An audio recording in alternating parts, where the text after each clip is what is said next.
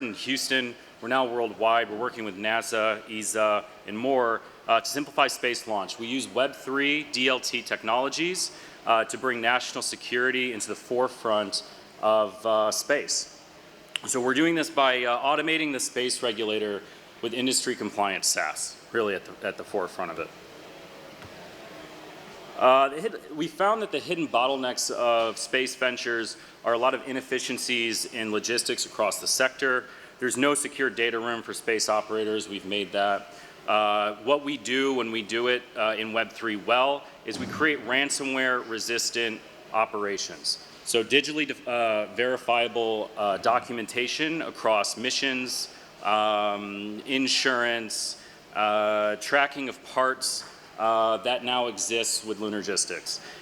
We've also created a freight forwarding operation for space so that brokers can operate with SpaceX, Rocket Lab, and more as they start to onboard. We've created the gold standard for space documentation. This is working with CNES, NASA, ESA, Egyptian Space, JAXA, more today, by standardizing the processes and regulations for launch to secure all of the data that's necessary to either upload and have congruent mission certification, or to be able to look back on missions if they were a success or a failure. We've created a new file type, all of us in Web3, these NFTs that operate globally. You can track, send, and rescind this data at will in a ransomware resistant and usually top secret communications authority. So within this platform that we've called the Lunar Station, we've gone through about 2 iterations of this already. We've been in alpha, going to be going into beta with a few launches next year. We've created a full compliance launch integrator.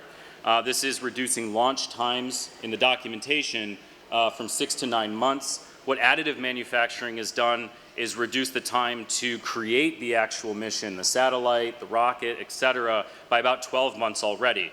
So what was the bottleneck? The documents. Lunar licensing for mission certificates for secure filing to the regulator. Our oracle is the who, when, where, and how high of every single launch happening between now and 2030. Think Uber Pool for rockets. And a funding arm, as mentioned earlier, where once somebody is completely integrated and compliant, then they can receive funding from our LPs. So our customers in the market, there's a lot of vendors in space, but when it comes down to who we found will actually pay for this, spacecraft manufacturers, spaceport administrators for a terminal operating system, supply chain managers along the way, market researchers, analysts, compliance officers, even observatories can use this platform to create copyrights on the things that they find in space, and then new space startups. There's over 15,000 new space startups today in the industry with 77 active countries that have launch integrations, where that's where our partners come from. Space agency administrators, launch providers. We bring them customers, we save them money and time.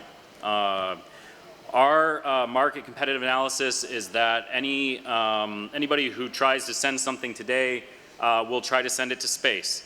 DHL already has a space logistics arm in which they will try to integrate, but nobody else has moved in this direction other than Lockheed Martin with something sort of different. So we're raising money to increase our sales force, to include somebody or multiple people in every country to go speak to and be an agent in those countries. We've done a little bit of the math on how much this is worth per month for each agent.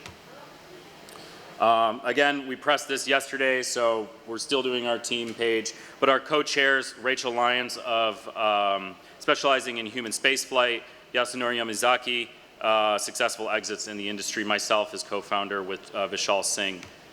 Our milestones, we've raised money privately through the fund. We're going to do launches next year. We're going to make money for everybody. We're raising $5 million and $100 million valuation based on our contracts that we have today at around $20 million in contracts. And we're going to roll into a securitize. I'm Logan. Thank you for your time.